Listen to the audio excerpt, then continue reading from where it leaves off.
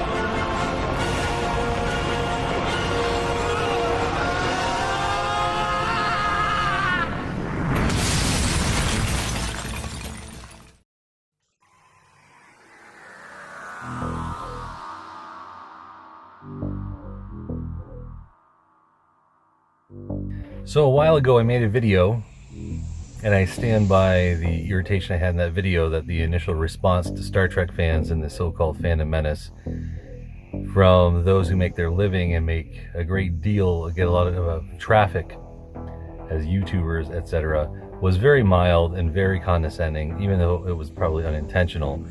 It just showed a lack of respect that I believe Star Trek fans have overwhelmingly shown to people who are fans of Star Wars, comic books, and Doctor Who, for instance. And I'll give you an example. I offer my condolences to the fans of Doctor Who. I know some in my personal life. I find them to be creative and happy people as a general rule. They do not deserve the political correctness and hack writing that has now destroyed their show, and most recently decided to burrow into the very history of the show to try and taint everything that's been made for almost 60 years, over 50 years anyways, of this program. But a death becomes horrible beyond imagining when that death is so ugly it forever taints your memory of the life that was lived. Case in point, the ritual murder and sodomization of Doctor Who, titled The Timeless Children. Watching this final installment of Doctor Who's execrable 12th series was like hearing from your dying father on his deathbed that he has a whole bunch of children buried in the backyard behind the shed. That is not hyperbole. It is literally and exactly that. In this act of character assassination designed as a metaphor for what I can only assume is a profound hatred and loathing for Western civilization, we learn that the much fabled Time Lords of Gallifrey gained their powers of regeneration by stealing them from a timeless child. A foundling that wasn't even of their race. A child that the first Time Lord murdered over and over and over again over the course of at least 8 to 10 years, until she understood the child's power of regeneration. And, I'm going to use this as an opportunity to just quickly say when, I criticized, for instance, Gary of Nerdrotic, and said, you should at least watch the material before you start making videos to get clicks and be the first one on it.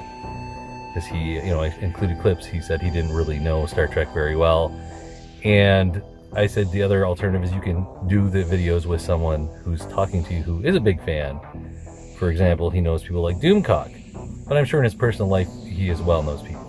What you've completely misunderstood is that this was a show for everyone, and it had a very large female audience that has now left. The reason fans of all shapes and sizes enjoyed Doctor Who across the globe was because of this shared mythology that they actually did care about, but it no longer exists because Chris Chibnall and the BBC have decided that it's time to repurpose Doctor Who for your own good. They are going to teach us lessons through Doctor Who, create conversations through Doctor Who, make the world a better place through Doctor Who. But that's going to be very difficult if nobody is watching your show.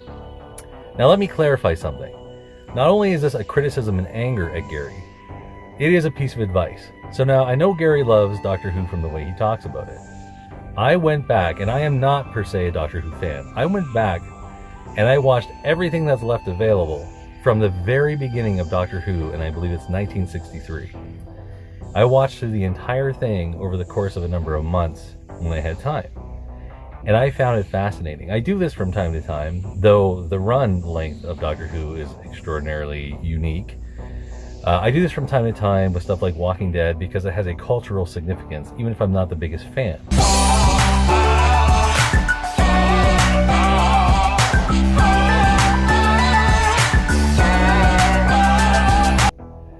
And people like Gary are robbing themselves when they don't do their homework and watch through everything Star Trek if they're going to talk about it. Because I have a deep appreciation for what Doctor Who fans are going through, even though I'm not a fan per se. This is heart-wrenching. It is a complete disgrace, a sacrilegious act by the people who are currently in charge of the legal rights. But they have no claim over the heart and soul of this beautiful, artistic, ongoing lineage of mythology, a story by which people in everyday life have poured their heart and become part of. And that's what these people don't get. They don't have life experience, or they have, worse yet, personality disorders and have been left in charge by people who didn't bother to screen them for such things. You know, it's just a matter of time. Every empire eventually gets heirs that are out of their mind. They get Neros who are complete lunatics, who don't know what's going on, or are just completely incompetent. And that's what's happened with so many of our franchises or IPs, which to us are much more. These terms are so cold, they don't carry nearly the meaning they should. The Time Lords were portrayed as epic, godlike beings of almost infinite power and wisdom. Where and how they started out was just another mystery for the audience to speculate over, something to fire the imagination and stir a sense of wonder. But the creative powerhouse that is Chris Chibnall was like, nah, it'll be fine. Why bother to maintain an intriguing mystery when you can just shit your own dumb, unsatisfying answer onto the screen, declare that it's a permanent part of the show's history, and totally undermine the work of entire generations of writers? Sheer fucking hubris. And in this case, my condolences. Doctor Who was a show about spontaneity, about the human spirit, about asking questions in times in ways that other people might not think of. It's very original type of programming. And if other shows had a hard beginning with limited time and limited resources and budget, check Doctor Who's early seasons, what's left of them, because a lot of the original material rotted away. They had really limited budgets and they still made that show fly. You know, sometimes you can see it's just a black curtain in the background and it looks like a garbage bag on the monster. And it's still around today. So you have my respect and my sympathy. And I hope that this is something that we can share more often inside of the Phantom Menace.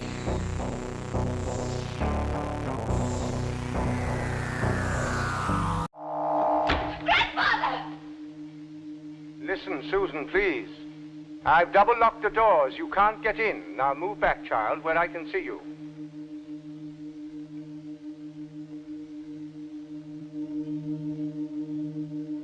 During all the years, I've been taking care of you.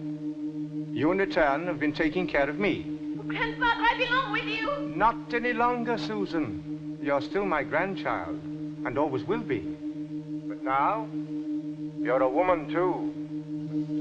I want you to belong somewhere, to have roots of your own. With David, you'll be able to find those roots and live normally like any woman should do.